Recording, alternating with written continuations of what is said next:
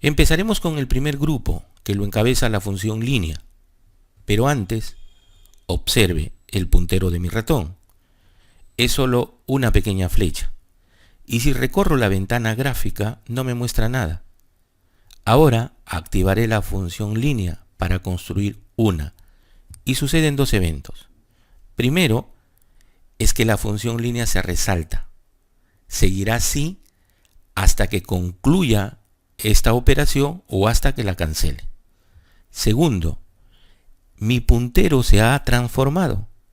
Ahora tiene un punto de color amarillo. Y si recorro la ventana gráfica, podemos ver que el programa va mostrando las coordenadas cartesianas por donde pasa el puntero de mi ratón. Se ha convertido en una especie de GPS. Si paso por el primer cuadrante, los valores del eje X y del eje Y son positivos.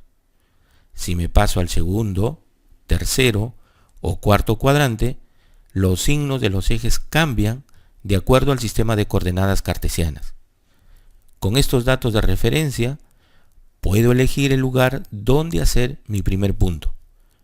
Puedo cambiar de coordenadas cartesianas a coordenadas polares para insertar ese punto o cualquier otro punto en cualquier proceso de este dibujo o del diseño.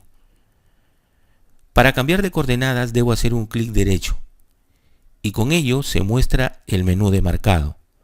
En la ventana de opciones de este menú hacemos clic en tipo de coordenadas y luego en coordenadas polares.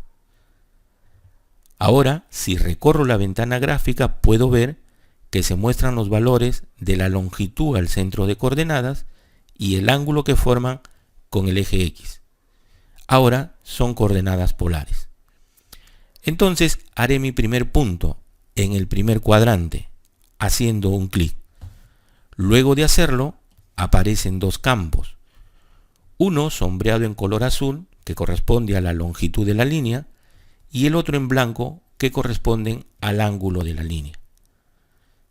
Puedo intercambiar este sombreado presionando la tecla del tabulador de mi teclado. Si muevo el ratón, aparecen en líneas punteadas las cotas lineales y angulares de esta línea. Si da vueltas alrededor del punto, puede ubicar de forma sencilla el punto donde la línea forma un ángulo de 0 grados, 90 grados y 180 grados. El movimiento tiene que hacerlo lento para ubicar estos puntos. Cuando localice ese punto, aparece un símbolo que representa la restricción de horizontalidad. Es decir, si marco ese punto, la línea se construirá de forma horizontal o vertical, dependiendo del valor del ángulo. Y si hago clic allí, la línea se formará con ese valor de ángulo, como si hubiera ingresado ese valor. Puedo poner un valor a la longitud de la línea o al ángulo de la línea, o dejarlo con el valor que tiene, que es un valor que el programa toma de las coordenadas de la ventana gráfica conforme uno se mueve por ella. En ambos casos, tengo la posibilidad de modificarlos luego.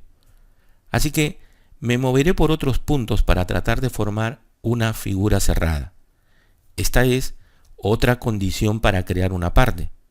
El boceto debe ser una figura de 2 dimensiones, completa y cerrada. Para cerrar correctamente la figura, hay que buscar que el punto final y el punto inicial coincidan. Eso se nota cuando el punto cambia de color. Cuando eso sucede, hacemos clic y la figura se formará completamente. Siempre hay que finalizar la función cada vez que terminemos de usarla. Las funciones de construcción permanecen activas siempre y debemos evitar un clic por error. Para terminar la función tengo dos opciones. Puedo hacer clic derecho y en el menú de marcado hacer clic en el botón que dice OK. La otra opción es presionar la tecla escape de nuestro teclado. Una vez que haga esta acción de cancelar la operación, la función en el panel de crear dejará de estar sombreada. Eso significa que la función ha terminado.